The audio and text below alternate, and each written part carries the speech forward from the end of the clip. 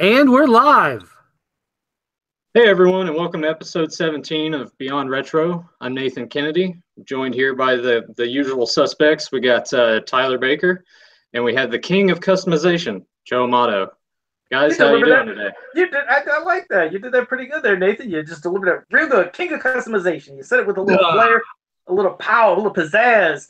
Because somebody was like, saying last week when they did it, they said they kind of delivered it kind of monotone with not a lot of excitement. So I don't know. You hit that's it all. there pretty good. That's all on Tyler. That's all Tyler. I can tell you this, that you can go straight to hell. Exactly. I was gonna, Go straight to hell. An extra bam, bam, right there. How's that feel? You like that? You like that kind of excitement and intensity when delivering dialogue there? that's better. That's the way to do it. I'll cut her damn rim on. I don't know. He still sounds a little monotone to me. There was part of me that thought about doing the intro as like Vince McMahon, because like back in the early part when he would do like the announcing, he'd be like, rah, rah, rah, welcome everyone. But that would have been terrible. No, he did fine. I was gonna have my mask upside down for this episode, but I was like, nah, I'm not gonna do that, and we probably took it a little too far when we get to whatever we're gonna discuss, obviously. But I just talk about Stranger Things season 1 and 2 way after they've been announced, because Joe decides I gotta watch an episode once a month here, people. Hey, well, you know what's here's the thing, as we always say, well, when season 3 comes out, I am telling you right now, we are not waiting months after the release just so Joe can be fashionably late. I like it. I like being late to the party. That's Exciting you be late. Me and Nathan are going to be tackling season 3 the minute it comes out. So exactly. Well, see, we waited so long.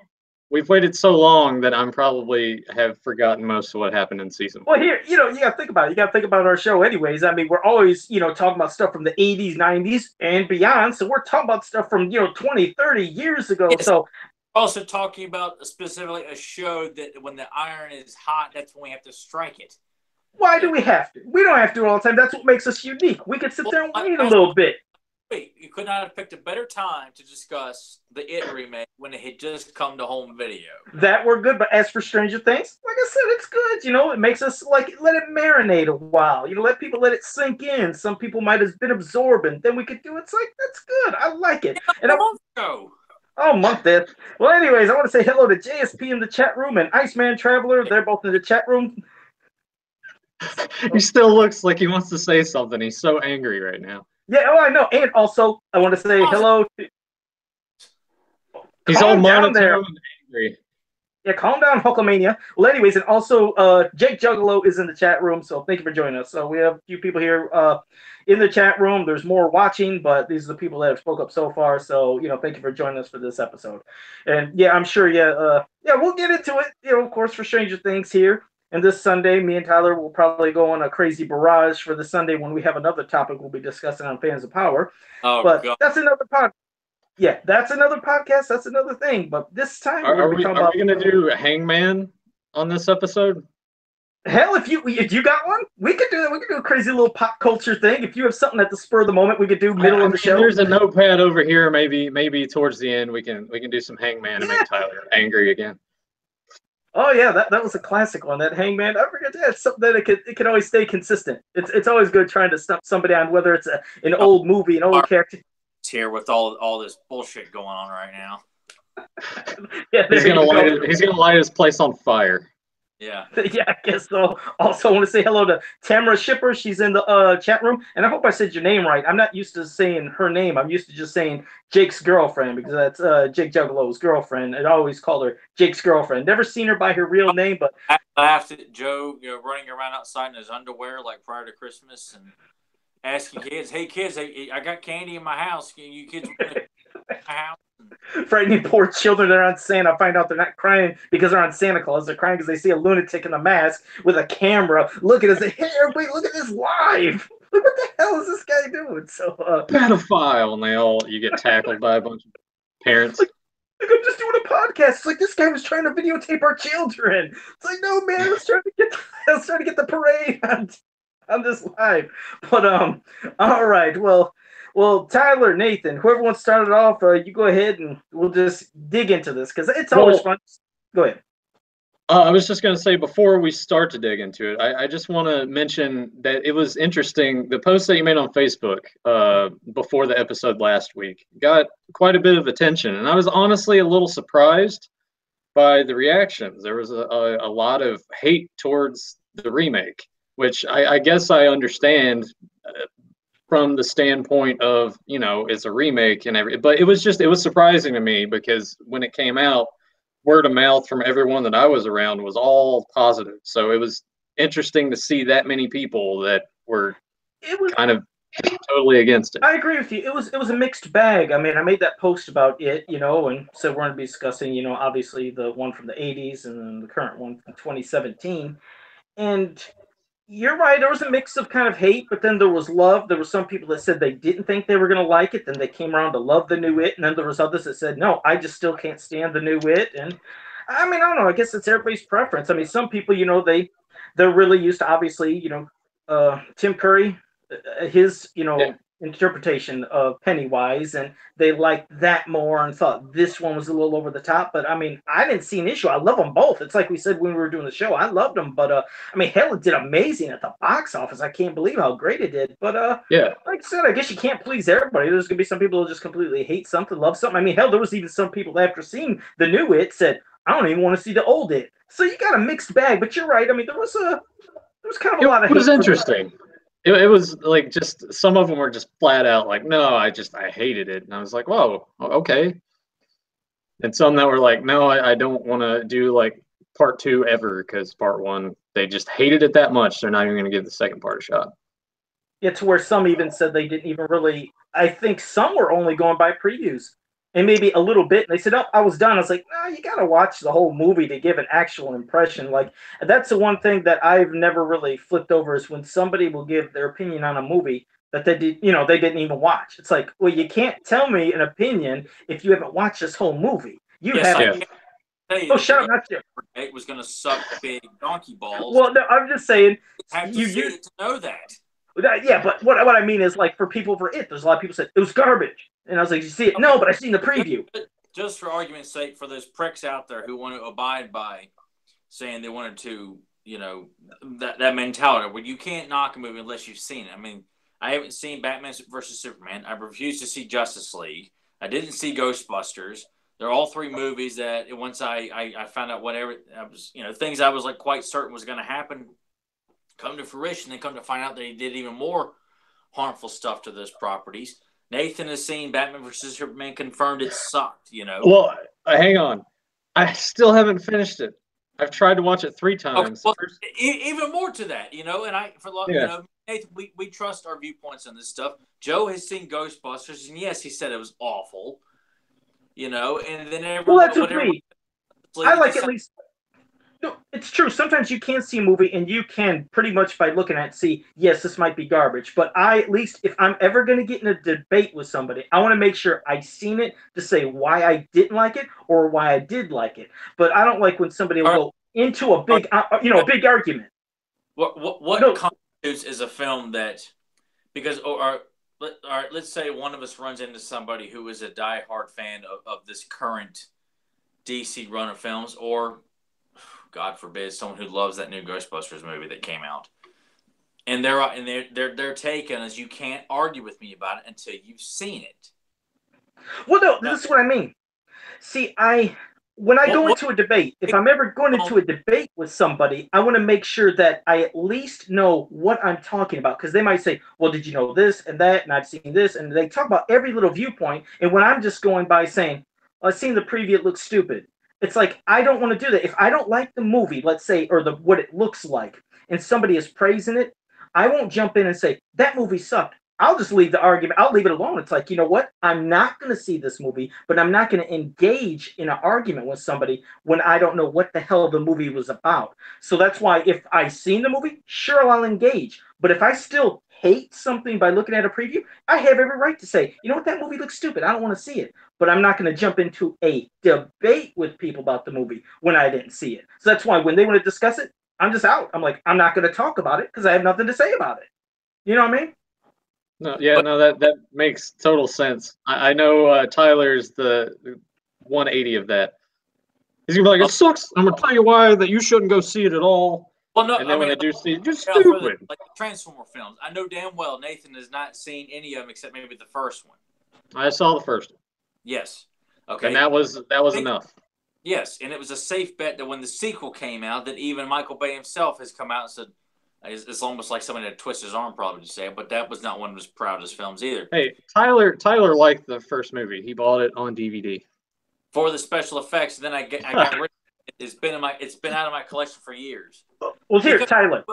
I will say this. I really wanted to believe that first Transformers film was not what it was. So I went and saw it again. And I was like, oh my God, it's nothing but military stuff and pot jokes and a bimbo blonde girl thinking a Transformers a tooth fairy and all this other stupid horse shit. And Michael Bay's erection for the military. Instead of making a movie about talking robots and fighting, he just wants to talk about, hey, look, it's the military. It's the military. Oh, look, it's Josh Duhamel. This is wicked. Well, this is what I mean, Tyler. Just think about this for an example. No, listen, real quick. Just think of this for an example. Okay, picture the people that you love the 87 Masters of the Universe movie more than like anybody. You love that movie to death. And Yes. You've seen people that will come into chat rooms and say, the 87 movie sucked. And then some people say, did you see it? No, but I know it was on Earth, so it's crap. Wouldn't that piss you off knowing they're immediately judging the 87 movie, not seeing it, but just saying, it's on Earth, it's garbage, and there's no Battle Cat I hear? Wouldn't that piss you off knowing they're trying to debate you when they know nothing about that damn movie? It has. I've seen it before. See? Given the opportunity face to face with any of these people, I will feed upon them. Okay, I'll just put it that way. But would it piss you off? Well, it pissed me off because it's like, well, not in the sense that they're part of the crowd and wants to, like, the cool thing to do is to slam this particular film, like those jerk offs from the toys that made us. But they're picking the same statements. Like if they had something to bring to the table of why they chose not to see it, outside of there's no Bortle Cat, Orko and Battle Cat, and it took place on Earth. If you come to the table with something other than that, or my friend said there was no transformation sequence in it, Well, that's what I mean. Listen to all the things you're saying. That's why some people are hating. And doesn't that annoy the hell out of you that they're judging the damn movie by those viewpoints and not enjoying the movie? Damn it, Joe. Let me talk here. They're judging it based on the cliche statements. They're not giving me their own personal, because that's what that is. That is copying what all these other idiots and morons in various forms of social media have just gotten the lazy idea of like, oh yeah, I come across this commercial or a scene from the live action movie in '87. It was stupid. Yeah, didn't like it either. But wouldn't you rather they have a good opinion if they actually watched it? Wouldn't you think that would be a better debate if they watched the movie and then they honestly told you this is why I hated it? Well, I'm open to interpretation. If people all right, look, I have said it on Fans of Power podcast plenty. If you don't like it, okay, that's fine. But come to me with reasons other than what you saw other people put on various forums and Twitter and YouTube and Facebook. And anytime someone posts something about the live action movie and everybody's got to come out and say, oh, the movie was stupid, man. It took place on Earth, man. It's come up with something a little bit more creative, like something that you actually have to say about it, as opposed to trying to have the secret handshake and say that you're part of the cool crowd because you're slamming the movie like all these other uninformed idiots are too. Give me an original reason why you don't like that movie, and I can respect you for that. No, I can't make everybody like that film, but I do not respect those who want to come up with the exact same thing. Go ahead. Anybody listen to this, Nathan, Joe, go on YouTube, go on social media anywhere, and do a search for the live action movie on YouTube. You'll find an assortment of people who want to sit there and slam it for the same, very small group of reasons, and you feel like, is anybody actually watching it, or does everyone just like to copy each other on this? That's what I said. That's what I said. These people aren't actually watching it, and which can be said. And when I chose not to see the rest of the Transformers films, and I love the original Transformers, and I didn't need to see two, aside from my brother seeing it, and it says, God, it was awful. And the things he told me is about that were in it, like, Devastator having balls, and Skid Mark and Mudflap being, just the most ridiculous, Transformers to, speak like they're from the ghetto or something like that. Just something offensive and silly and just makes no damn sense. But aside from that, this is what Michael Bay wants to do with Transformers. He wants to make, a lot of juvenile jokes with the human characters and make them the focal point. And every 30 minutes or so, we have a Transformer walk by and we have a brief fight and you can't tell what the hell's going on. I get that. That's what they're going with this. Yes, they made a lot of money doing that format. I'm in the minority on that one. But I didn't need to see the rest of this film to know that this is what the rest of these films are going to be like. With Marky Mark and the Funky Bunch to Shia LaBeouf, they're all going to be the same thing. Michael Bay's erection for the military. The Transformers take a back seat to all the human actors so they can tell pot jokes and stupid shit like that. So I'm really getting off on a real tangent here. I'm getting to that point. I don't even know what the hell I'm going with this. What are we talking about, Nathan? I forgot. What's going on? Were we talking about G.I. Joe? Is that the topic for today? I got a little confused. Yeah. Today's podcast is about G.I. Joe Rise of Cobra and G.I. Joe Retaliation. There with me with the night we saw that piece of shit. Well, let's not start. We'll go on another tangent. So before we get into another one of those, Nathan, you better get us back on track and you better flow right into the show what we're doing. Walked out of the theater in my life angrier than that day when I actually wanted to fist fight somebody. I swear to God, when we left the theater, like Nathan and Keith are both laughing at me during the film, like quietly, because they see the look on my face of pure disgust as I'm just sitting there. That was part of the fun. That's part of the fun is when you can drag Tyler to a shitty movie and you know it's going to be bad and you just watch him do that, what he's doing right there while he's watching it. He's just playing with his head and he's groaning and he's like, ugh, getting all upset about it. And then when it's over, he just explodes about all of this in the movie and you can't help but just sit there and laugh. Nathan doesn't even care. Nathan's like, hey, Tyler, you want to go see this movie? And Nathan's only doing it because he knows, oh, man, I get to see Tyler losing his shit after the movie. That's his enjoyment. For the most part, I would go if I knew Nathan could make it fun for me. Like when we went to go see Ghost Rider, because we had this idea we were going to do a movie reviews on MySpace back in the day. Ghost Rider was going to be, or no, Smoking Aces. That was the first one we were going to do. But it wasn't on MySpace. There was like some blog that we were going to do. Well, I remember MySpace was popular at the time. I think that's what I was going to do. Anyway, we made an agreement that if we can't sit through this film, one of us can't sit through it, then we have to agree to get up and leave. So I think we got maybe 40 minutes in. I turned and said, I got to get out of here, man. It's like, no, man. No, wait. Oh, it's great, man. This is great. And I swear it was maybe less than 10 minutes. It's all right, let's get the hell out of here. And he was stone cold serious when he said it too. He's like, even because the minute I threw in the towel, Nathan's like, oh, this is great, man. I can't wait to see how pissed off he gets. And Nathan said, I can't do this shit. Yeah. I mean, at a certain point, you just got to throw in the towel. But yeah.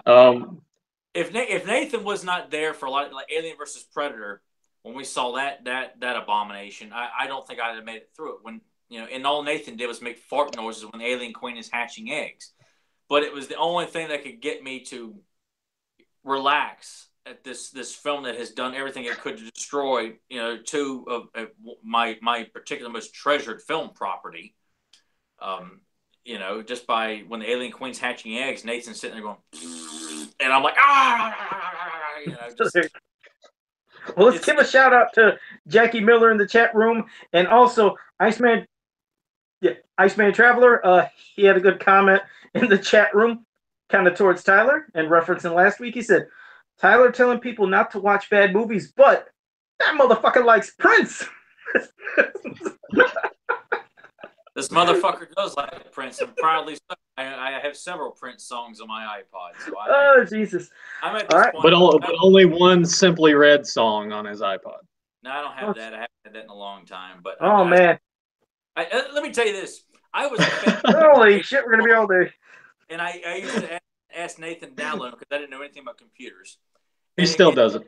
Nathan's become a fan of the old school 80s music as well. It's like back in the day he was giving me shit over like, oh great, now I can listen to 3 minutes and 17 seconds of this shit while he's sitting there eating cereal, downloading music for me.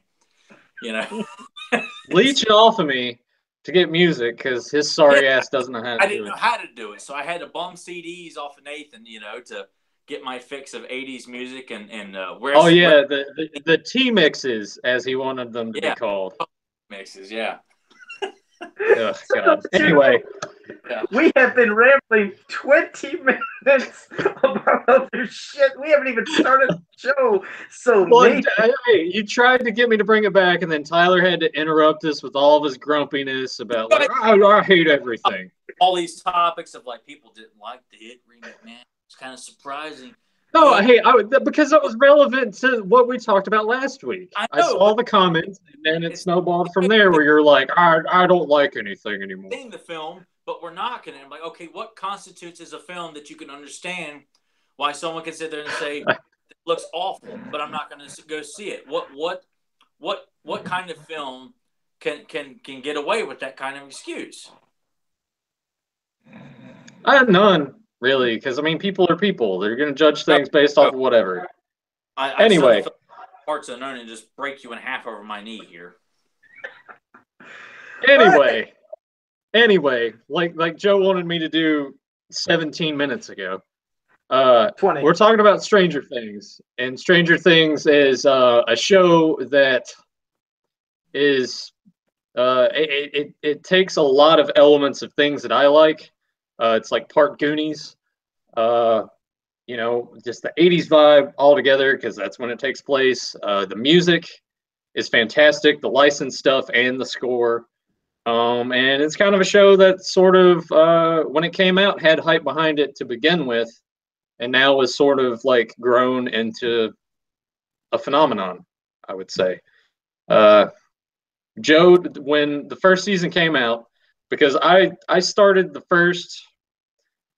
either the first or second episode, like that week that it came out. And then I'm like, yeah, I'm going to watch more of this because I was into it. And then like 6 months went by and I had to start it over. But when I did that, I just went ahead and binge watched it. So going off of what you said when season 2 came out, were you kind of the same way when season 1 came out? Did you just watch an episode a week or did you kind of take it all in at once? Oh, when season 1 came out, well, first of all, just to let you know, I was real late to the party because my buddy Chris Facone, he let me know about. He's like, Joe, you have to see this show called Stranger Things. He was like, man, if you love the '80s and that kind of pop culture, he says it feels like it is the '80s because it's supposed to be set in the '80s. You'll love the intro. It feels like an old '80s style intro TV show. The music, the way the kids act. I mean, he got me so giddy about it. I was like, man, I said, I'm sorry. I said, but I don't even have Netflix. I said, I have no way I can watch this show. And it might have been 5-6 months later that my one buddy, told me, he was like, well, Joe, I have Netflix and you can like use my account. Like, I didn't understand what he was talking about. He was like, yeah, you can have up to 3 people use your account or something. And I was like, well, I don't know what that means. And then he told me how to do it. And right when I got on, I was like, let me go to this Stranger Things. And I watched that first episode and I was hooked. But being new to Netflix, I didn't know about binging, even though, like I told you, I don't do that anyways. But I was like, man, they're listing them all. I mean, they're all there. Of course, this is months later. Yeah. And I was thinking, well, they're all just set there. But I didn't know that from the get-go, they were going to give it to you, like, even if you watched it on the first day it premiered. So I was like, no, I want to take and just enjoy this bit by bit. So I did just like I did with season 2. I just did one every week. It was, it's just, like I said, I like the anticipation. I just like the waiting because I just hate the thought of, I could make it last, let's say, just over 2 months, almost 3 months. But then, you got to wait. Like, let's say I binged it in 1 day or 2. It's like instead of waiting maybe hypothetically 6-7 months for the new season, now I got to wait like almost a whole damn year. And that's what kills me. It's like, people who love Walking Dead.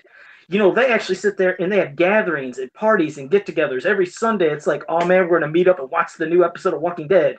Now, you wonder if they were presented the ability to binge watch them all right when a season came. I bet you they would, but it's like, man, you guys are missing on this fun anticipation of build-up. It just, like I said, I'm not knocking anybody that binges, go right ahead, but I just hate the extra long wait. I guess that's why I don't binge, because I feel like I'm waiting real long for the next season, but no, I mean, I was hooked right when I seen the first episode. And I mean, when 11 popped up, I thought it was a boy. I didn't even know that was a girl. When I first seen 11, when she popped up at that restaurant, I don't know about you. I don't know if I'm the only person, but I thought 11 was just a boy, and I was confused when they, referred to her as a girl. But Now I'll stop about how I first started and we passed it to Tyler, but then we just talk about the show in general. But this is just, man, if you're just a person that grew up in the '80s or loved the '80s, this is the show to watch, though, no doubt. I was aware of the show before I think it was released. I remember seeing a lot of like press for it on like JoeBlow.com and stuff like that, where people were saying, "Hey, you know, check it," like seeing the artwork and praising it and things like that. And I think my brother was the first one that had told me that he had watched it and said that, you know, dude, is like, he said like that's some of the best child acting I've ever seen in a film. Like, as much as you love Goonies, like you need to see this series. And I wasn't opposed to it. I was just lazy about it. That's all it was. I you know, I was kind of intrigued, but didn't know anything about it. And then when the It trailer came out, and Joe was telling me around the same time, you know, have you seen Stranger Things? Like, no, I'm just lazy about sitting down to watch it. So as the story goes, you know, I told him if you watch the trailer, I would watch Stranger Things. So I binge watched it that weekend. That Saturday, I think I watched pretty much the maybe 80% Saturday, and then finished it up on Sunday. And I was like, God, man, that was a fantastic show, man. It was just, and I just was looking up stuff about the show, and I figured Joe wouldn't be hammering it so hard if there wasn't something He-Man related in there, and there was. You know, when Eleven's flipping through the channels, I think it's in episode 3. She's flipping through the channels at Mike's home, and then He-Man's Eye of the Power comes on, which was like, oh man. Yes, yes. And of course, so my mom saw that because I talked to her and my stepdad into watching it. They fell in love with it. My dad fell in love with it. So it definitely it really in a nutshell, the kids were such a blast to watch. Like I always, like with it, you have almost even more fun watching the kids do kids stuff, interact and bust each other's balls and talk about class or a girl they like and stuff like that. I have so much fun watching Lucas and Dustin and Will and Mike Dustin, Lucas, Will, and Mike. Excuse me. Yeah, you said that. Yeah. Of course, Will's absent most of the season anyway, but they were just so much fun to watch, and I really got into that. And Winona Ryder did such a great job of playing such a neurotic mother. Yeah. Good. But by God, man, she just nails the chain smoking worried mother to death, man. That woman should have been given like a Golden Globe or an Emmy nominee or something like that for her portrayal. And Hopper was that was what was so interesting is like, you know, these characters, you're not quite sure where they're going. Like Hopper comes off as kind of this schlubby small town sheriff, and he becomes like this badass, you know, well, sheriff. You know, he just comes off as a guy who just likes donuts. He's lazy, popping pills, smoking cigarettes, drinking beer. You know, not, you know, like everything's going to go on right under his nose. But about this is that all these characters have got so much more depth to them.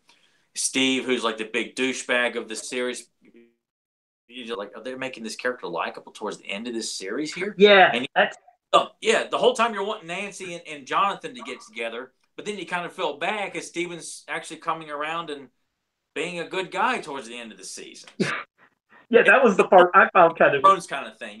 They can make the worst guys the coolest guys. Yeah, I found the same thing interesting. I mean, like I said, first, all the kids, it's like they're relatable. You felt like you would have been hanging out with these kids growing up. That's how it was. It was just that connection. It just felt so familiar. And like you said, there's like, it feels like it was kind of a Goonies movie, Stand By Me. There were so many like familiar elements of other 80s movies too as well. But you know, the characters, like to take somebody like you said, like Steve, because I was going to bring that up, but since you already did, I mean, I was going to say it too. You know, they made him like a real prick, and you know, he's mean, you know, like, you know, he had sex with Nancy, you figure, okay, and then he's just a douchebag, and then he's busting, you know, Jonathan's camera and just being so obnoxious. You're like, man, I hate this guy. And then, like you said, they turn around and try to make him likable at the end. I was like, wow, that's kind of strange. You know, usually they can never redeem the prick of a boyfriend that's the mean guy or the bully. They usually don't do that, but then they did. I was like, oh man, I wanted Nancy and Jonathan to kind of be together, you know. But then they made Steve out to be a cool guy, which then when here comes season 2, he's a good guy now. And then here comes another dipshit, you know, with, you know, Mad Max and her brother. But man, Billy and his mullet. Yeah. Yeah, Yeah. I hope to God we get more Billy in season 3. We see the inevitable like affair he has with Mike's mom because man, she was Yeah, yeah, geez. that part. I was like, wow. I like, yeah, he's at the door and how he's giving her the look, and she's kind of looking at him too. I was like, geez, what's going on here? But that guy, you could tell. I don't think when season 3 comes, I don't think they're going to probably make him any redeemable character. If they did, it's like, okay, you already did it with Steve. Don't do it with Billy. I don't picture them doing that with him. But I guess you never know if they would try to make him a redeemable character. I think he's going to go the opposite direction. I think Billy's going to like and become like just this main. I feel like he may be a main part of some bigger aspect of the story in regards to like the friendships there. He's going to do something so terrible that way for me. And I guess we should say too, like if you're listening to this or watching it on YouTube at some point, obviously we're going to be spoiler heavy. So go ahead and like pause this and come back to it and go watch it if you haven't already. Yeah, but no, as for Billy, you wonder like maybe he'll become some kind of puppet for the Demogorgon or something from the Upside Down, like maybe, yeah, he'll somehow, not work with them, but maybe be like, a pawn for them. Maybe they'll sense the evil with him of how awful this person is. Maybe they'll like corrupt him and use him symbiotically or something, almost how like with Will had the connection with the Upside Down, in season 2, which that was a crazy element about like, when they burn, he burns, and they had to try to figure a way to get that out of him. So it's just, no, the whole thing, it's weird when you talk about Winona Ryder, with obviously playing Joyce, the mother, and how neurotic she is, and knowing her son is not dead. Eventually you see in season 1 that the dead body that they had the funeral for, and that they found was, when Hopper finds the body and splits it open, it's stuffed. You find out that obviously that's not Will. So only confirmed that she knew he's alive, but her never-ending quest to find her son. And then when she's starting to see these lights and she's going on that crazy Christmas light, shopping spree and, just looking insane, getting the lights and getting her cigarettes or whatever else, but just putting them up so she could then see the letters that pop up that's letting her know that, that her son is there and communicating with her. And I remembered, just kept waiting. Is she ever going to see him? When's it going to happen? And when she's seen him in the wall, remember, on the other side, I thought it was just so cool because to me, she felt so neurotic. You felt so bad for her. You wanted her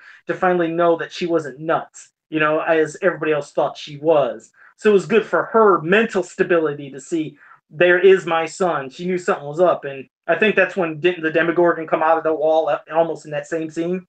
Yeah. Yeah. So but it was just, like I said, the Demogorgon, beyond in season 1 where it was, just that was the main thing to be destroyed. Like when season 2 comes, they have lots of them. Then it's like they're almost like disposable. That's the one thing about when you can hype up one thing so badass, and then when it comes another season, it's like secondary to this giant threat that is going to be shown or eventually. It's like, oh man, what? Aliens is a prime example, and that's what I felt season 2 was almost like a nod to Aliens because of how the Demogorgons work. There's obviously a queen or a head Demogorgon, so to speak, that runs the whole show. Yeah, and then it makes them feel less than, It's like they don't seem as imposing because they're, taking out so many of them like nothing. We're in season 1. Here's this main one, and it is one hell of a threat. And now, hey, it's like, we're just threat too because you don't know what the hell it is and you don't know what can kill it. But once they realize that bullets and actual blunt force can kill it, then it's, especially when you don't know what it is. It's running around in the woods, eating, dead deers and stuff like that. And they're not as scared now, obviously, because in the first season, obviously. Dealing with, so that's why I kind of feel like it's like Alien and Aliens. Ripley is aware that these things are terrible, but she's taking them out left and right in the sequel until she comes across with the alien queen, which is so that's why I feel like it's all right to downplay or kind of make the Demogorgon somewhat easier to defeat when there's so many of them running around because there's a much bigger threat on the horizon and they know what they're dealing with this time around. So you it kind of worked the same way in pacing too. Like with the first season, it's obviously a little more methodical and mysterious, and you have that big ending. Then second season comes around, and it's just like you're right in it and you're ready to go. So a little more, not as maybe for the second season for me, it seemed like it's not as much. There's still a little mystery there, but definitely not as much as the first season.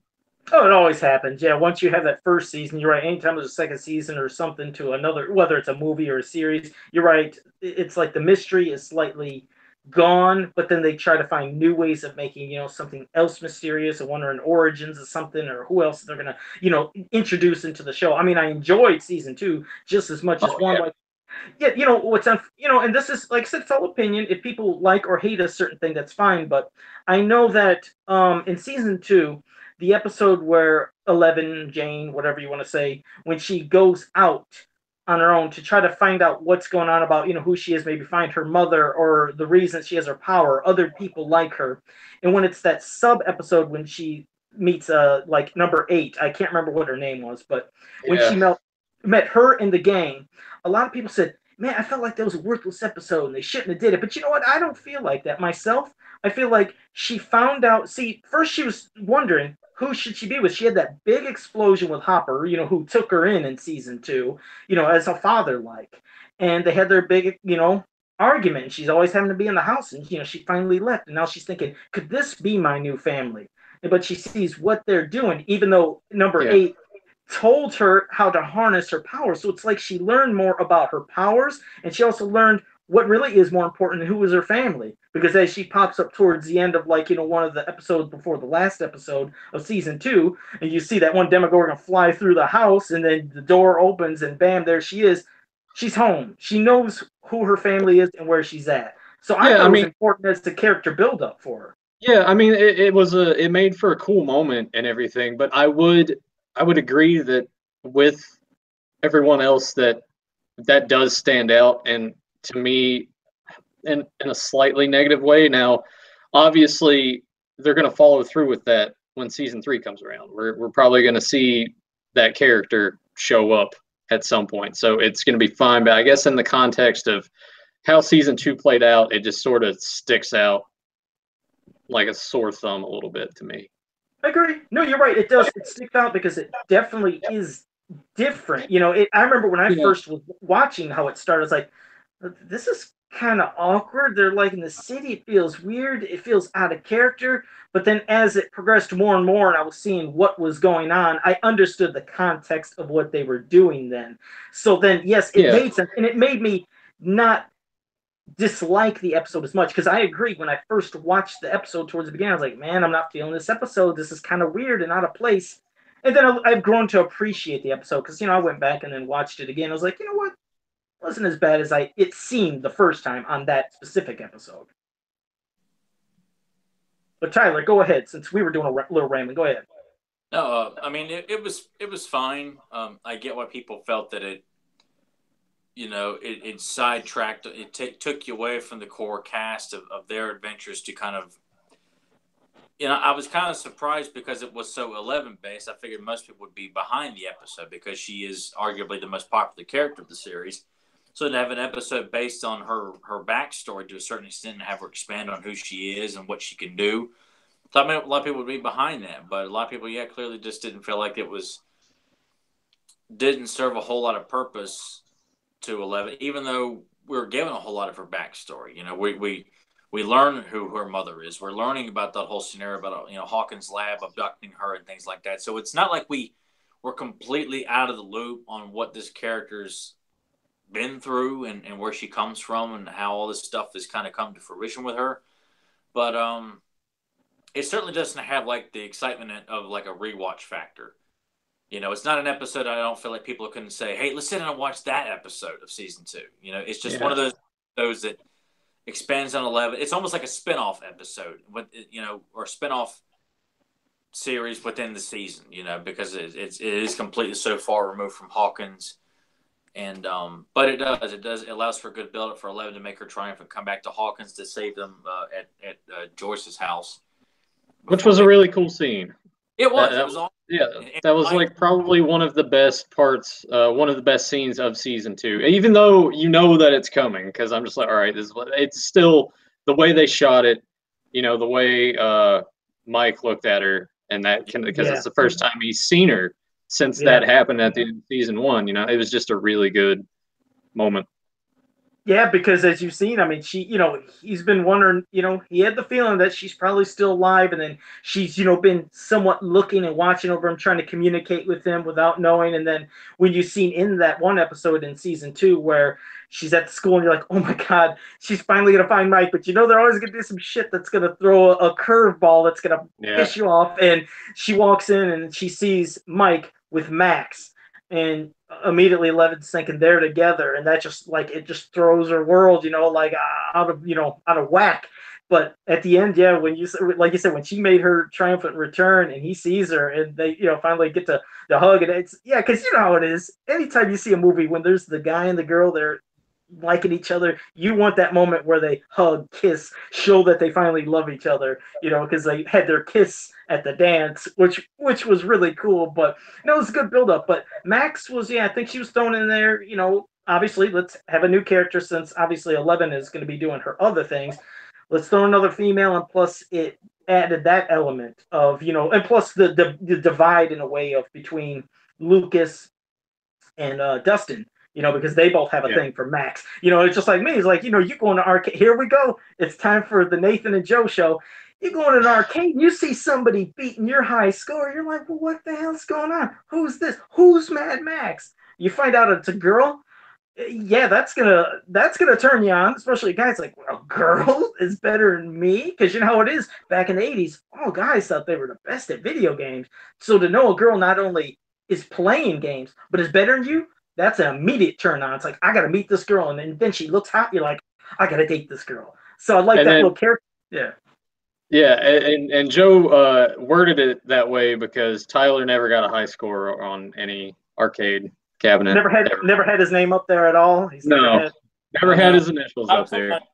Multiple arcade. I just didn't put a lot of stock into doing that. I was more about my own personal gratification of getting to Shao Kahn at the end, or getting so far in Tekken, or winning a tag team match on WrestleFest. It was not necessarily. I didn't hold it, whereas Joe and Nathan are talking as if like they're both a couple of Lucas Bartons, walking around with trench coats, heading to Jolly Time Arcade over here at New River Valley Mall back in the day. No. They it's bullshit. Everything he said was bullshit. Thank you. There you go. And then, Nathan, what'd you think? Obviously, then we got to see, at the end of season 1, we've seen where Will, when he comes back, everything seems like it's good. He's at the dinner table. He goes into the bathroom to excuse himself, and then he coughs up, this slug, which obviously that slug then is exactly. It's this little baby Demogorgon. Obviously, it's going to grow and grow, which finds its way into the garbage can at Dustin's house. And Dustin finds this thing, and he thinks it's a cute little thing, and he's feeding it Three Musketeers, and he calls him D'Artagnan, but then for short calls him Dart, and he has his little pet. So, that was what was unique too, is eventually he sees what this son of a gun does, eating the family cat, and I hated seeing that. At least that's on me. I felt bad for Dustin's mom. Like, there's no closure. No, there wasn't. I'm hoping maybe for like how everyone was up in arms about how Barbara was so disregarded. I'm hoping everyone's going to be up in arms about Dustin's mom's cat. Well, I thought that at the end there was another cat, another pet. Cat, but she, we're under the impression that is she told that her original cat was killed? Is she dead? Probably think they just ran away. Yeah, just ran away. Had to get in. Yeah, that's the best, safest way. But yeah, it's like, how hard can that be? For like when you think about Dustin, he's hiding from everybody about his pet that he has, and knows he found it, and they're upset at him, and he knows it's a bad thing. He's trying to still see the good in it. Like, towards the end when they're all underground, when they go into the upside down, but in that tunnel area. And I think that's when he sees Dart and, confronts it and is not fearful. And did he have Three Musketeers that he gave to him again? I couldn't remember. Yeah. I thought he gave. He gave him a piece so they could get away, and that's just one of the coolest things about season 2 And I hope that my computer's being like kind of weird. Anyway, one of the best things about season 2, for me, like just seeing not only the progression, but it's kind of like, season 1 had that focus on Mike and Eleven, and Nancy. And by the time season 2 rolls around, it's like, all right, well, let's take Steve, let's take Dustin, let's take Lucas, and kind of like shift them to the front, kind of like make them have more to say and more to do. I really like that. And also when Dustin does find Dart, it kind of reminded me of Gremlins. So I'm just like, you guys are just hitting all the bases here. It's like Goonies, Gremlins, like all this stuff. They've taken everything. And to kind of go back to season 1, like sort of what sucked me in anyway is, there's the mystery in that first episode. And, you see the beginning, and then, Barb's gone and everything. And then you bring in the kids, and they're sitting around playing D&D. And even though I never played it, I can certainly appreciate the fun that's involved with sitting there with your friends and like making a night of it. And they're sitting there, and I'm watching them, and I'm like, the first thing that popped in that I just eagle-eyed out, I'm like, oh, they got a poster from The Thing. I'm like, that's great. I'm in. I don't know where it's going to go from here, but once all those first things happen, like that first episode, I'm like, all right, let's go.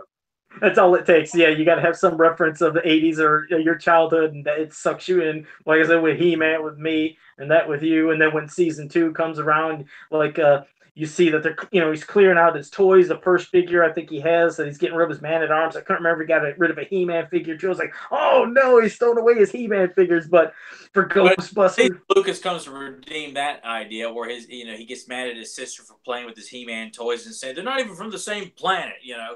I was like, okay, I like that. Mike may be trying to give away some of his toys, but Lucas is holding steady with the power of Grayskull in this episode here. So yeah, because what his sister was playing with, was it Barbie and He-Man together or something, or like they're you're right, they're from the same planet. Or I did like that, and I like that yes, we finally got to see Lucas's family and Dustin's, because you didn't see them in the first season. So you're right, I like that we got to see more of the characters that were in season 1 and more about their families. It all works so well. I mean, hell, season 2, how it started with them out trick-or-treating and, with the Ghostbusters out, costumes, which was cool. And then when Will's out and all those kids came up to him, like trying to scare him, and one had a Jason mask. So I'm freaking out, oh, Friday the 13th, even though I think he had a mask from, I think it was part 8, which was years after when it was supposed to be taking place there. But I was like, I'll let that slide. I'm not going to be that person that nitpicks.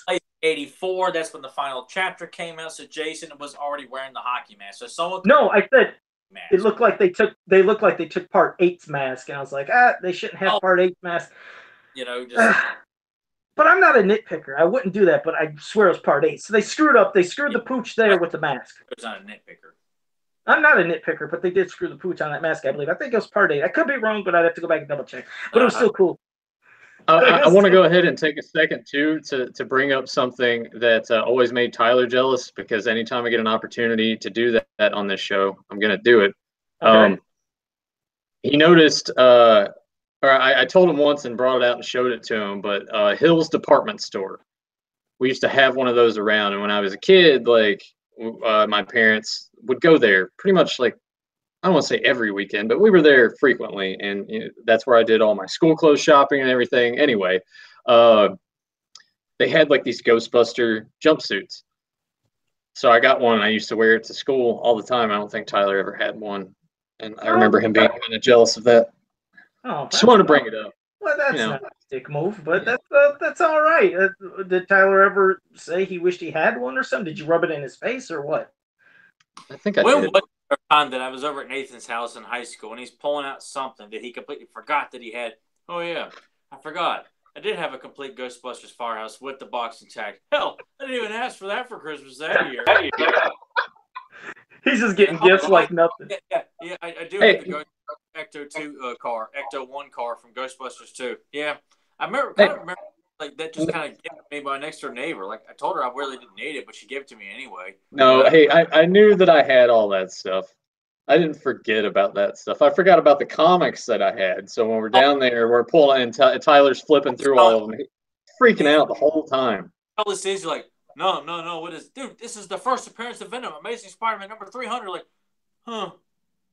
It's That's it's like it's nothing for Nathan. Nathan's got all the money in the world. He's got all these gifts and all these great toys and stuff. He's like, I did not even ask for that, but they gave it to me. Oh, that was quite nice of all of them to do. Oh, we're begging and hoping and praying we get something good for Christmas. We're scraping up and parents are saving money. You got a playset too. Both you guys are sitting there clamoring like, well, speaking of which, there was that one Christmas that I got the Holy Grail He-Man. Well, like I said, as for that Eternity, that was a whole tons of the Batcave. I got the Batmobile, and I still have the box.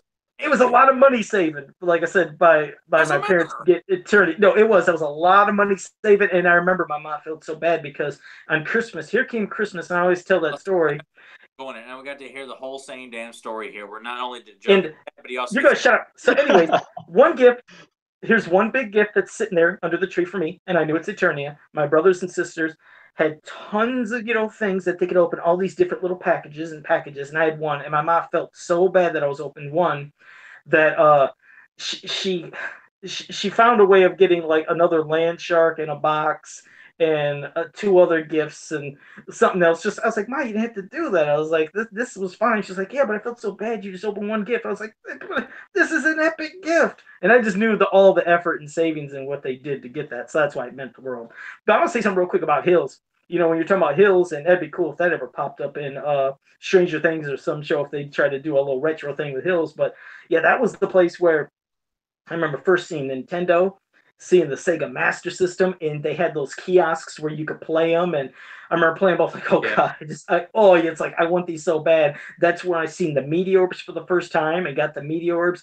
But Hills was the place that had one of the best meals. And everybody always thinks I sound insane with this. Me and my dad would go to Hills every Friday, and we would go there to their section where they would have hot dogs and things, and we'd sit down. But they had like nacho chips. Yeah. And then we get chilies and cheese that we put on them. Oh my God, did Hills have the best chili cheese nachos I've ever seen anywhere? It's like, where are you guys going for supper? I'm going to Hills. Like, Hills? What the hell are you talking about? Like, yeah, they got chili cheese chips. Like, what? But it was a big buffet. I mean, we always got the popcorn and always got an icy. Icy, yeah.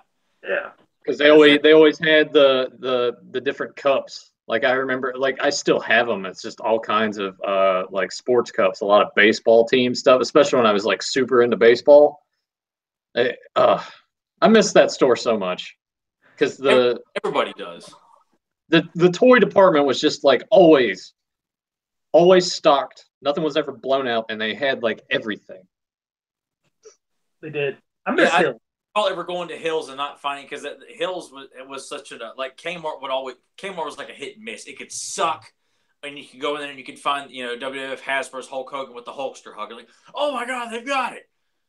Whereas you go to Hills, that's where I get He-Man, you get G.I. Joe, you get some of the new Ninja Turtles, you get the new Adventures of He-Man, you get the Street Fighter G.I. Joe figures, you get RoboCop figures, whatever, the Spider-Man toy line, Star Wars Powers of the Force. It was like I got so many firsts all at Hills. I mean, it was just, and everybody, to this day, everybody, anytime from my own family to other people outside my family, you mentioned Hills. That's why me and Nathan always have so much fun talking about it. Everybody has the fondest memories of that store. It was great. And they all associate getting ices or popcorn or hot dogs or whatever it is. That was part of the experience of going to Hills. Like Joe and his dad getting chili cheese nachos. Nathan and I mean, his family would get popcorn and icy. My mom would not we would not leave Hills without one of those tall bags of thin bags of Hills popcorn. Yeah. Accompany it. I think I even still have a bag somewhere because I thought I put like one of my things in it as a kid and wrapped it in a Hills bag. I'm gonna have to see if I still have that, but I mean, I miss it. It was like the one place I felt like I could go to it was a trek. It was like from where I lived.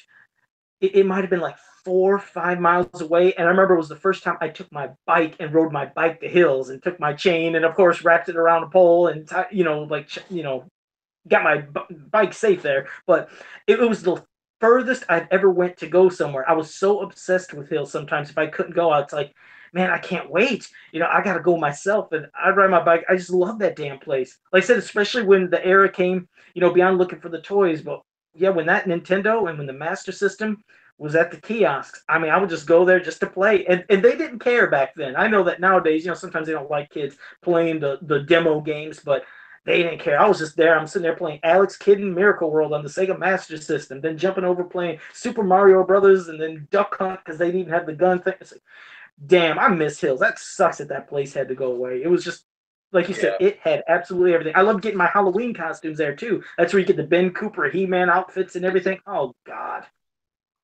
I guess I'll ask this, too. Did your store turn into an Ames? Because that's what ours did, and it just like... Yes! Yeah. Yes, it did. And then now it's a Lowe's. It went from Hills to Ames, and now it's Lowe's. So, well, ours turned into a Tractor Supply, so I similar.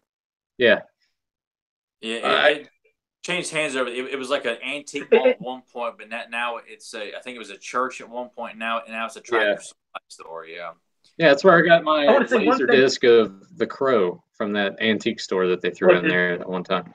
Oh, that's cool. I was going to say real quick, Jackie Miller in the chat room said, now I think the slogan might be different. I might be wrong. Now, Jackie Miller said, remember the slogan, Hills is the place for kids? I always thought it was Hills is where the toys are. Isn't that what it was? I remember that one, too. Did they have two of them? Because I remember Hills is where the toys are. The toys are. I remember seeing that, but it could have been different for every area. It's hard to say. Like I don't actually remember I didn't see commercials for Hills when I was a kid. That was just a store that I knew instinctively. That's where I get my He-Man toys. That's where I get G.I. Joe and Turtles. I never. Yeah. Anytime my parents were like, "We're going to Hills," I'm like, "Oh shit, yeah, I'm getting a toy." Yeah. Damn. Advertised. If there was, I never saw commercials for Hills. It was always maybe the newspaper, but other than that, it's just like we were conditioned at a young age that Hills is where you go to get nothing but cool toys. Play demos of video games and check out the video selection, and I enjoyed it more than Toys R Us. I loved Hills. Yeah. Hills was just an event. I mean, you just felt like you were really going somewhere. Nathan, though, that was because Nathan's not far from me, when we were kids, so that was a big thing to go to Toys because it was an hour away. Yeah, and that was the only one close by. You had to either go to Richmond, which was even further away, or I don't even know where south. Probably Charlotte, probably been the closest one. So going to Toys R Us, that was the equivalent of going to heaven. It was. I mean, it felt like Hills was the cream of the crop, but Toys R Us was like, oh my God, this is like the whole. It's like your church. It is a young boy's church to go to Toys R Us. Toys R Us was different. You're right. I mean, it was loaded with all the toys, but you're right. Hills just.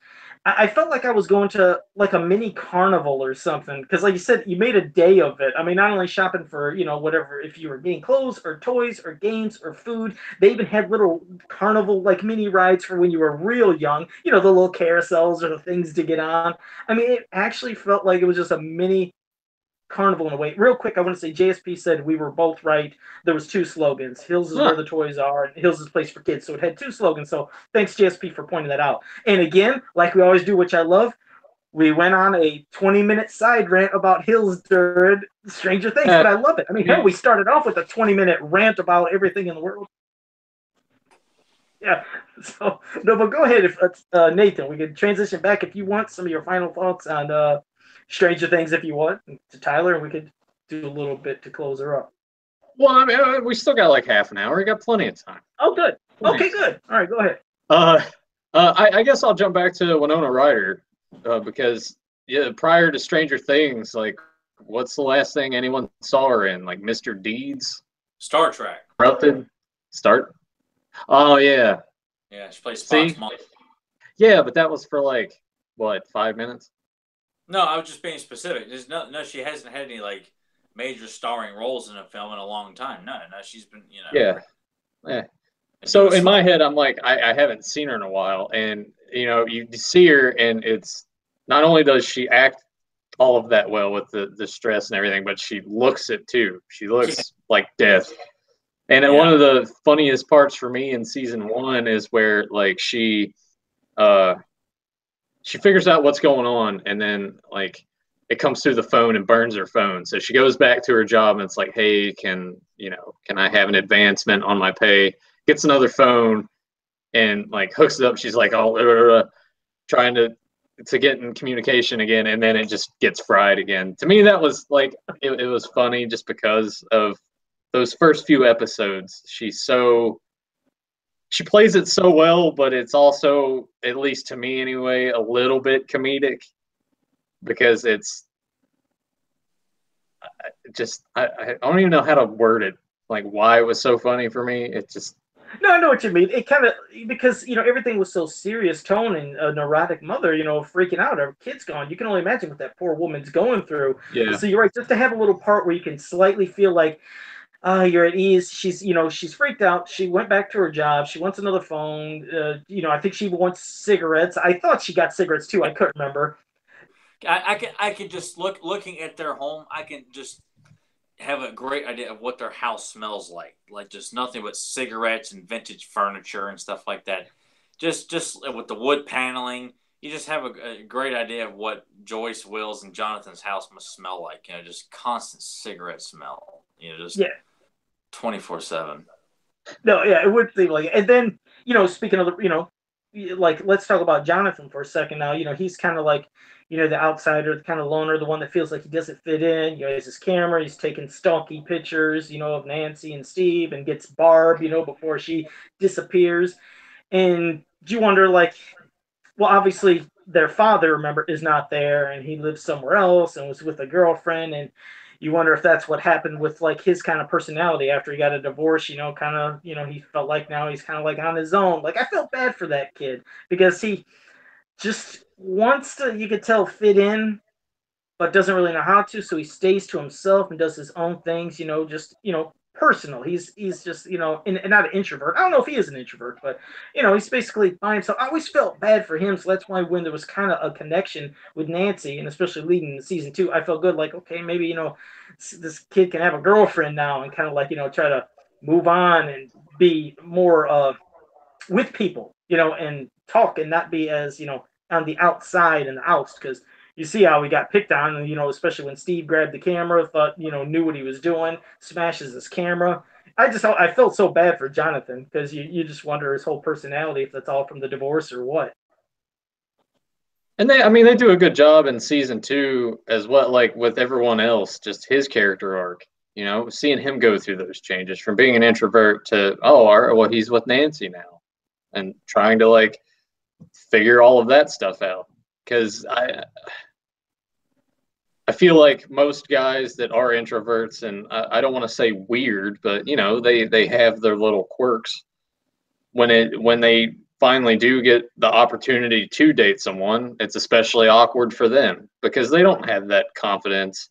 And you can still see that in season 2. He's still not confident. He's still, but he, I guess, man, just words escape me again. He's not confident so much, but he's more aware of himself, if that makes any sense. It does. Like he knows more who he is. He's not confident about it, but he kind of knows now who he is and who he's supposed to be. Oh, I can agree with that. See, I don't even feel confident in even saying that. I'm like, did that sound stupid? No. I know what you're saying. No, it's there's a lot of different characters with how their development is, or pairings you wouldn't expect. Like in season 2, I thought one of the most unique ones was how they put Steve and Dustin together. Like with stole the entire season was that duo. Yeah, that was kind of cool, because that is probably one of the most unexpected duos you'd even think that they would pair up.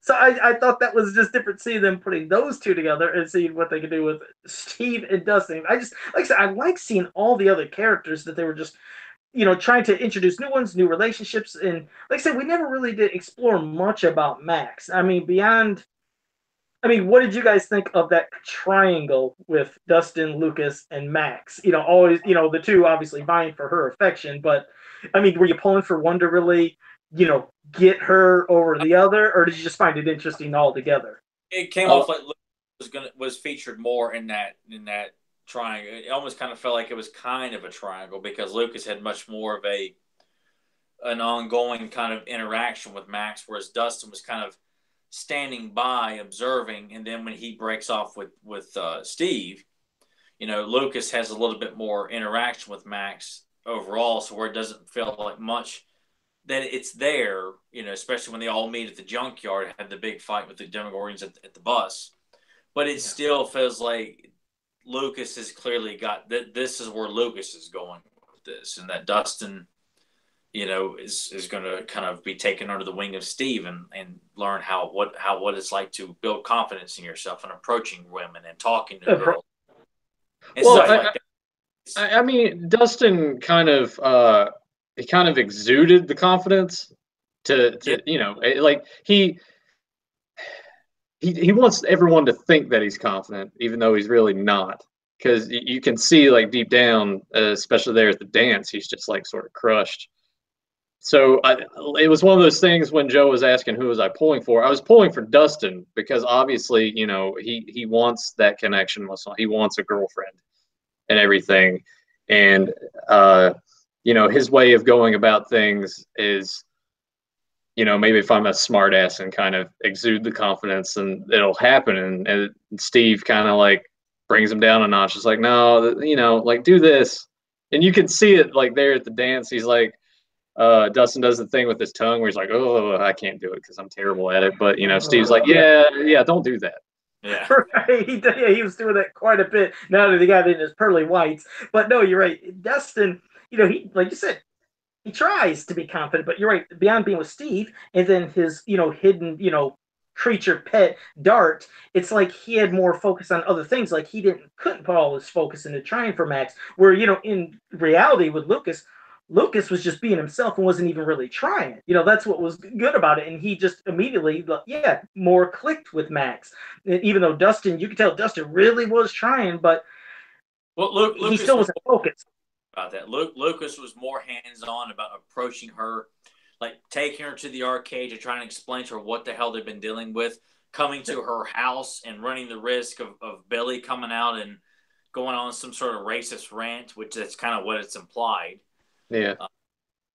But Lucas clearly was the more hands-on with Max, so that's why it never felt like Dustin was going to have much of a chance for that to go any further, even though he's talking to Steve about it. And when she shows up, Steve's like, "Is that her?" You're like, "Yeah, that's her."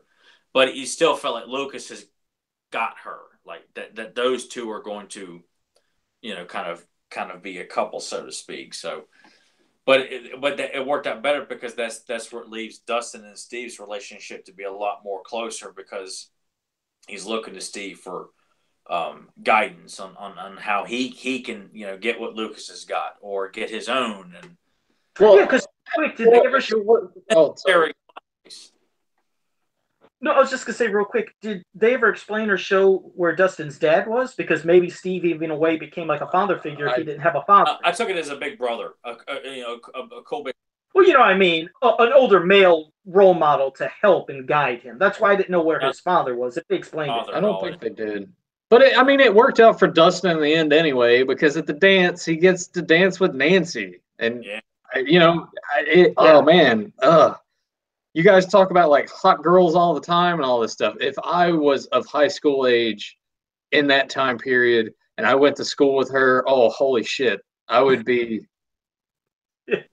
I would be like running into locker doors when people open them and everything, because I'd just be like in awe of her. But he got to dance with her, and not only that, she made sure to do it in front of other girls. So it's like, hey, check this out. Like, he's a stud. So that's how some of the girls follow through. I like that. You're right, because that's how some of the girls were looking at him then, like he was a stud. See, it's times like that those are the moments that shine the most for me in Stranger Things, are those moments. Not necessarily all awesome Demogorgon and crazy Hawkins Lab stuff that was going on, but those simple moments with the kids being kids, because they're going to the sock ops and you want to dance with a particular girl and you get rejected, and it was a real to have. It was just kind of like almost like you kind of feel like it's inevitable that Nancy and Steve will get back together at some point, because Jonathan's off filming New Mutants, so I don't even know if they'll keep him on Stranger Things season 3, or he'll be written off. What's he doing? What's that? What did you say Jonathan is doing right now? Jonathan has been cast in Fox's New Mutants TV series, so he'll be playing in that. So kind of makes you wonder if that takes off, will they write Jonathan's character off the show? Oh, they better not. They better not. No, he'll be fine. Yeah. Well, all right, I guess what I'm getting to is that, I almost feel like Dustin's going to be the one that brings Steve and Nancy back together, because, when Steve picks him up, teaches him how to, style his hair and how to approach women, and drops him off and tells him, go get him. He goes in there, and then Nancy is the one that continues on with the night of building up Dustin's confidence. So I just know for a fact there's going to be a moment where he probably tries to confide in both of them based on what happened, on that night. And that's going to end up bringing Steve and Nancy kind of back in this roundabout way of where Steve's going to be like, I really miss her. I'm crazy about it. Like when he stops and looks at Nancy, talking to people as she's at the concessions and stuff. You just know that these two will meet again and get back together in season 3. Or they won't. I like it better. I guess you never know. No, you never know. But no, I'm sure they should still keep Jonathan on. We've seen a lot of people do multitasking, doing a couple shows. So I could hopefully still see him being there for season 3 when it happens. The one group of people, maybe just a couple, it's kind of strange. I don't think they popped up in season 2, but remember the little punk ass bullies from season 1 that were picking with all, and remember at that quarry and everything, trying to tell, Mike to, jump off. And when he does, then you see he floats up and then here comes 11. And pissed her off. Boy, she broke that one bully's arm. And I loved it. I love seeing when it's like 11 lost her shit. But you never seen them in season 2. I don't even know if they might have been background characters, but did they show them at all? I don't think they did. They probably didn't, but between getting your arm broken, someone making you piss yourself, you probably don't want to show up anywhere near them anymore. So you would. I mean, because 11 was showing her ship. Well, I mean, like when they were being chased, in season 1, and that van was, there. Remember, she used her powers to make the van flip over them.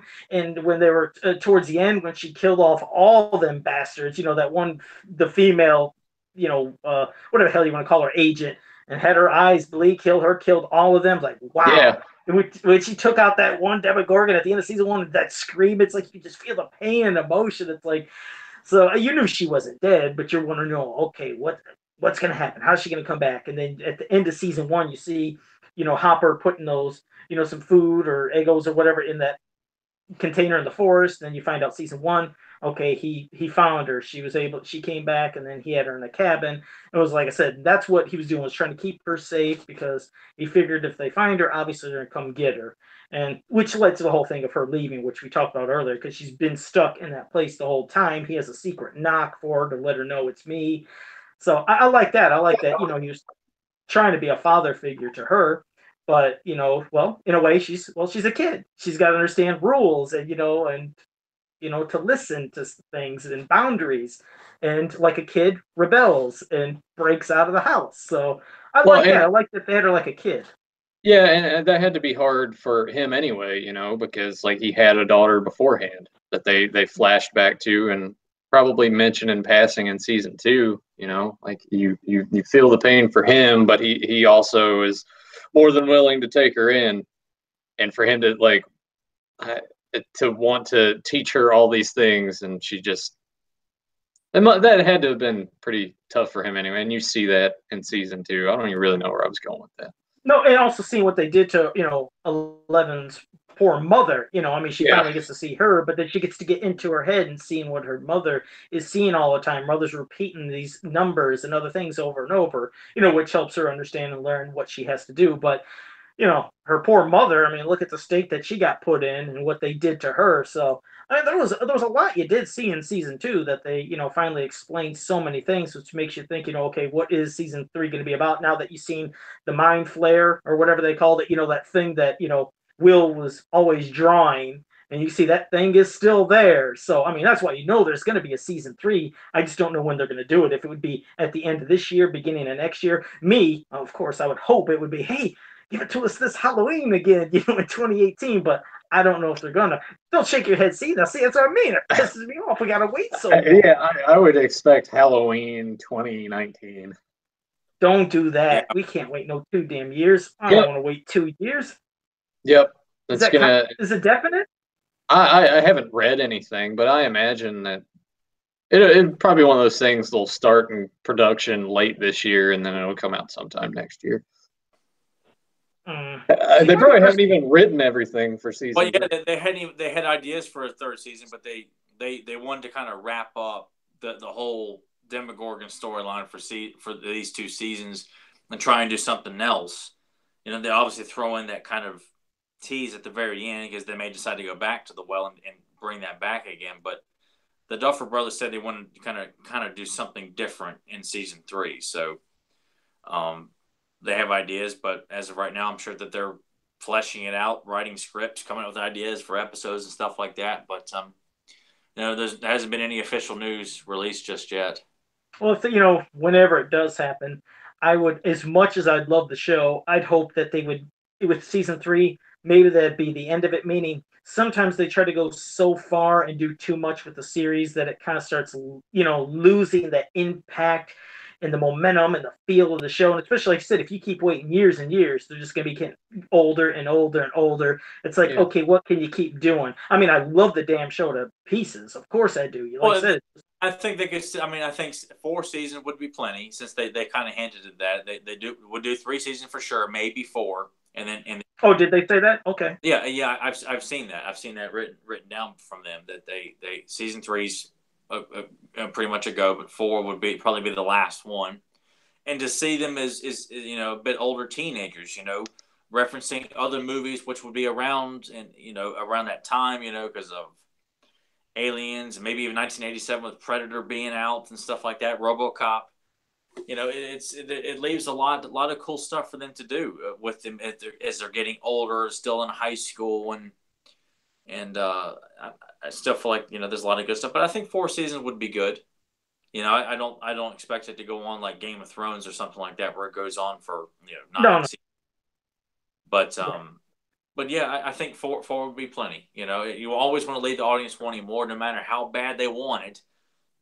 Go out on a high note. I think 4 seasons would be plenty. I would totally agree with everything you just said. Because if you go too far, you wind up with like what The Walking Dead's going through right now. There's still people.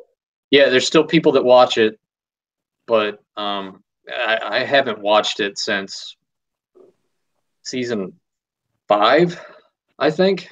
And I would hear about what happens. I'm just kind of like, You're right. No, Nathan, you're right. I mean, for some shows, like you said, Walking Dead, Game of Thrones, maybe other ones where it's like adults and it feels like sometimes, since they almost always look the same, it seems like keep going and going. But when you have the ones, like you said, with the younger kids and they get older and older and older, it's like, okay, you're starting to lose the feel of what made that so not just wholesome. I'm not saying wholesome, but just so relatable. And then they start getting too old. It's like, okay, now we're just trending off in a whole different area, and I don't want that to happen. So maybe by season 4 they could stop.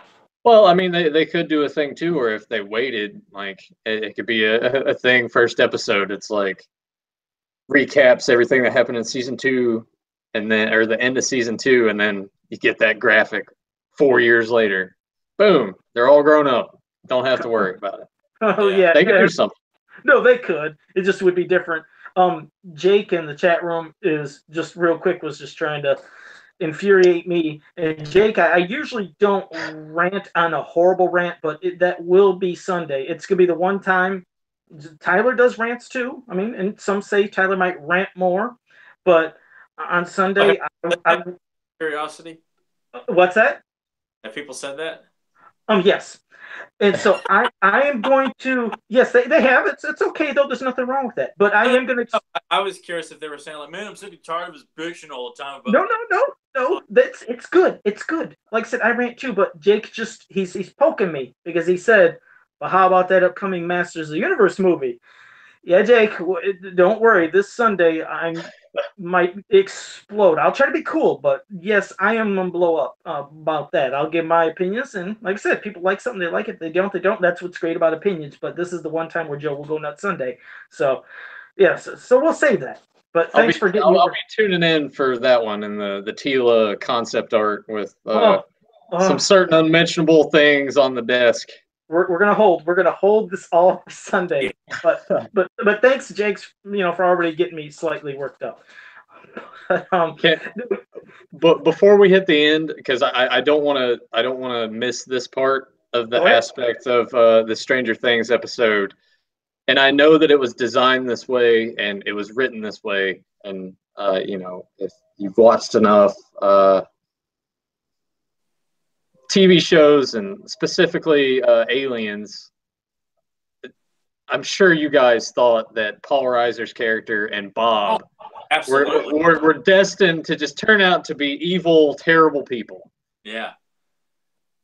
Yeah. I mean, I thought that was a guarantee. And then I'm like, oh, my God, man. Paul Reiser's character is actually not a bad guy, but they deliberately set him up to be the typical evil government doctor, or clearly a throwback to Carter Burke from Aliens. Like, you just can't trust Paul Reiser with the government. You can't do it. Yeah. The one thing that you just brought up, and I'm glad you just mentioned Paul Reiser, because obviously it brought up something to make me think of.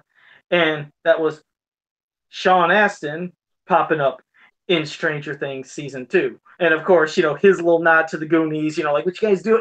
We forgot about that character being, Joyce's, boyfriend, and how he's trying to help out. And damn it, I hated that he had to get killed at the end of that scene. Oh man, that was heartbreaking for damn poor Joyce. She had her boyfriend, and I was like, oh man, they just killed him off because they were making Goonies references, obviously, in parts of that movie, too. But, I mean, what about, it's the perfect character to bring into a movie based off of some of the most iconic things. Like you said, obviously, there's inspiration of the Goonies from season 1 and season 2, and they bring, one of the most iconic Goonies characters into this, and he did great. He was wholesome, and, like, I like how he's trying to give Will that advice about, like, you stand up to demon, or like, don't back down, like his advice, and how that advice backfired, because normally in 80s movies, remember, when you get the nice advice from the parent or the parental figure, it's gonna work out for you. So you felt safe. It's like, oh man, he's gonna do it. It's like, oh shit, they just turned it right around on us, and wow, they flipped it. It actually backfired. I thought that was kind of cool and sad at the same time. The thing with Bob is he was so nice. I'm like, for sure he's in on it. He's in on this. There's no way he's just this nice. And they proved me wrong. I was pleasantly surprised, because the whole time I was like, just please don't be evil. Yeah. I'm glad that they didn't go with that obvious twist of making him so nice that you think that, well, here comes the twist. It never happened. I was really happy that they decided to go that way. But that damn twist to kill him, oh man, that was just a kick in the nuts. Like, oh man, damn it, he helped out and was saving the day, and damn it, they had to kill off Bob. Damn, I hated that. What about Bob? No, it's another movie, but what about Bob? Poor guy. So yeah, I did like that they brought that in. So they did quite a bit in season 2. It all, even the somewhat lackluster side episode with Eleven and her journey, which did feel, yes, like I said, very out of place, but like I said, it was just character development and building up the character, so I understood what they were doing. I appreciated it more the second time I watched, but I can understand people when they first seen it, it did feel off. It didn't even feel like you were watching Stranger Things. You felt like you were watching some completely different TV show. That's how different it was, but I understand where they were going. Go ahead, Tyler's not going to say anything. He's just going to sit back there. He's getting grumpy again. I don't have anything to be grumpy about right now, though. I'm pretty even keel. I think I got out on my rage and rants and stuff like that earlier. I mean, there's nothing to be upset about with Stranger Things. There's no negative thoughts or connotations to share. It was, both seasons were masterpieces through and through. Ups and downs, highs and lows. They were all good, whether you hated to see people go or not. I mean, it was a fantastic series, and it'll just be a. I think season 3 I'm sure it will deliver. I have no doubt that it will deliver. I'm kind of hoping that there will be something a little bit more different outside, the whole Demogorgon mythology. Maybe something that kind of keeps it all connected, so to speak. But it'd be interesting to see the boys, tackle something different that's been leaked out from Hawkins' lab or something like that. Maybe some sort of mutant creation or something like that. But I mean, it's a phenomenal show. I mean, I mean, you can't really even with that one-off episode. It's not enough to really feel like there's anything negative to say about this show. There really isn't. People say, "Oh, it's got too much '80s stuff," and I'm like, how? How is it too much '80s? Like, but even if it does, that's where it is. It's supposed to be in the '80s. So how can you have too much '80s when it's the '80s? So many movies and shows sit there and say they're taking place in the '80s, and there's nothing authentic about it. From the furniture to the wood paneling houses to the way they're dressed, the music, the hairstyles of both the guys and the girls. And you may be thinking like, well, how do these boys get movie posters, in the '80s? They're like, well, I'm sure they probably got them from the local movie theater. These boys go to the movie theater all the time, get movie posters for free for the guys who own the movie house, which is why Will has got a Jaws movie poster in his room. Mike's got one of the Thing. It was just a great way of saying that these boys love movies, just like, us, the three of us, and people who listen to this podcast, and then others out there, they love these kinds of films. It's an all-you-can-eat buffet of '80s fandom. I mean, it's got everything. I almost feel like I would be kind of running in circles trying to praise the hell out of this show because it's a perfect show. It really is. It is. No, it is. I mean, for those who've already seen it, I mean, you know how great it is. And for those who haven't seen it, I mean, you definitely have to see Stranger Things. Like I said, they have 2 seasons on Netflix. Watch them anytime you want, but it's well worth it. If you are a super fan of the '80s, see it. And if you're just a fan of just good, adventures of kids coming together and then family and everything, just anything, any kind of like sci-fi, if you're just into that stuff, I can't picture you watching Stranger Things and thinking, wow, that sucked. So, yeah. Mike's mom, too. We got to emphasize that. Oh, you want to talk about how hot Mike's mom is, huh? I'm just saying, if you want hot moms, you need to check out Stranger Things because of Mike's hot mom.